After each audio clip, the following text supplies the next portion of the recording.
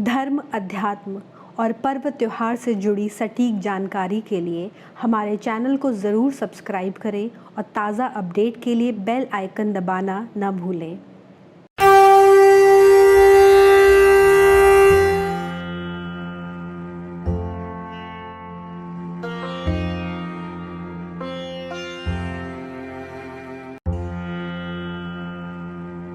अधिक मास की पूर्णिमा 3 साल में एक बार आती है। विष्णु भक्तों को इस पूर्णिमा का विशेष रूप से इंतजार रहता है। मान्यता है कि सांसारिक इच्छाओं की पूर्ति के लिए इस पूर्णिमा से बढ़कर कोई दूसरा व्रत नहीं है।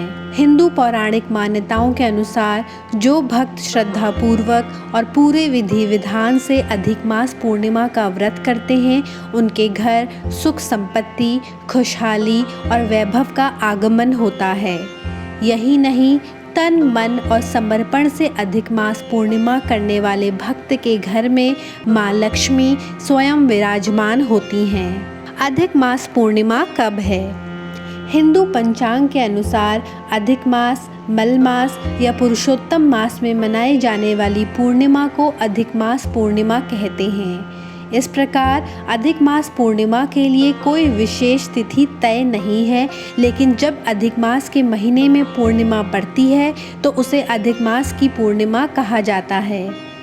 अधिक मास 3 साल में एक बार आता है और इसी तरह अधिक मास की पूर्णिमा भी 3 साल में एक बार मनाई जाती है। इस बार अधिक मास की पूर्णिमा 1 अक्टूबर को है।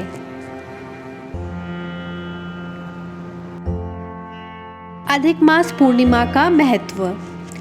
हिंदू धर्म में अधिक मास पूर्णिमा का विशेष महत्व है। पूर्णिमा के दिन लक्ष्मी नारायण की पूजा के साथ ही श्री हरि विष्णु के सत्यनारायण रूप की पूजा की जाती है। लेकिन अधिक मास का महीना विष्णु जी को समर्पित है। ऐसे में अधिक मास पूर्णिमा का महत्व कई गुना बढ़ जाता है। मान्यता है कि मलमास की पूर्णिमा का व्रत बेहद मंगलकारी और पुण्यकारी होता है।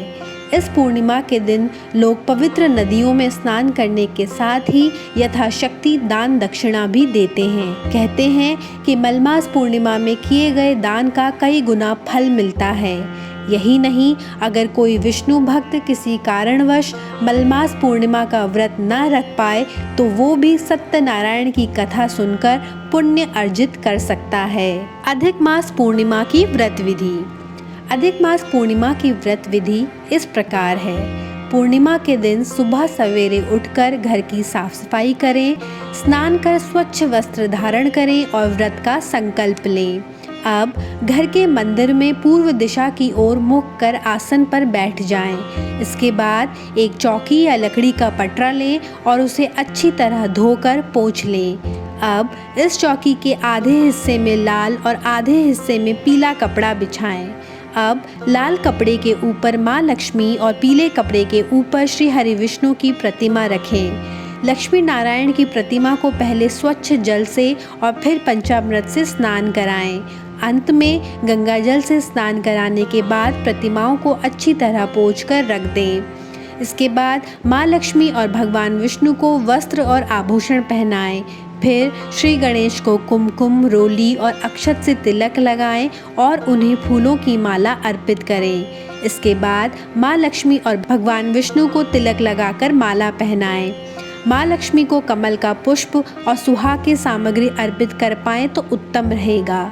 इसके बाद गणेश, लक्ष्मी और विष्णु जी को फूल, ऋतुफल और नैवेद्य अर्पित करें। अब धूप दीप से भगवान की आरती उतारें। आरती के बाद भगवान को मखाने की खीर और घी में बने आटे के कसार का भोग लगाएं। अब श्री सत्यनारायण की कथा पढ़ें या सुनें। दिन भर उपवास रखें। शाम के समय प्रतिदिन की तरह भगवान की पूजा करें और चंद्रमा को अर्घ्य दें। परिवार के सभी सदस्यों में भोग वितरित कर आप स्वयं भी ग्रहण करें और व्रत का पारण करें। क्या है अधिक मास? हिंदू पंचांग के अनुसार हर 3 साल में एक बार एक अतिरिक्त महीना आता है। इस अतिरिक्त मास यानी कि महीने को अधिक मास, अधिमास, मलमास या पुरुषोत्तम मास के नाम से जाना जाता है। दरअसल सौर वर्ष और चंद्र वर्ष में सामंजस्य स्थापित करने के लिए हर तीसरे वर्ष पंचांगों में एक चंद्रमास की वृद्धि कर दी जाती है। भारतीय गणना पद्धति के अनुसार प्रत्येक सूर्य वर्ष 365 दिन और लगभग 6 घंटे का होता है, जबकि एक चंद्रवर्ष 354 दिनों का माना जाता है। इस तरह दोनों वर्षों के बीच लगभग 11 दिनों का अंतर होता है, जो हर 3 वर्ष में लगभग 1 मास या महीने के बराबर हो जाता है। इस अंतर को मिटाने के लिए हर 3 साल में एक चंद्रमास आता है। अतिरिक्त मास होने के कारण ही इसे अधिमास कहा जाता है। क्यों कहते हैं मलमास? अधिक मास को मलमास भी कहते हैं। इस दौरान कोई भी शुभ कार्य जैसे कि मुंडन, यज्ञोपवीत, विवाह, गृह प्रवेश आदि वर्जित माना जाता है। दरअसल जिस महीने में सूर्य संक्रांति नहीं आती है उसे मलिन या मलमास मान लिया जाता है। अधिक मास को पुरुषोत्तम मास भी कहा जाता है क्योंकि ये पूरा महीना सृष्टि के पालनहार श्री हरि विष्णु को समर्पित है। भगवान विष्णु का नाम पुरुषोत्तम भी है, इसलिए इसे पुरुषोत्तम मास भी कहा जाता है। अधिक मास में भगवान विष्णु का जाप करना बेहद कल्याणकारी माना गया है। आप सभी को अधिक मास पूर्णिमा की शुभकामनाएं। भगवान विष्णु आपका कल्याण करें। धर्म, अध्यात्म, व्रत, त्योहार और ज्योतिष के बारे में और अधिक जानकारी के लिए देखते रहें पूजापंडित.com।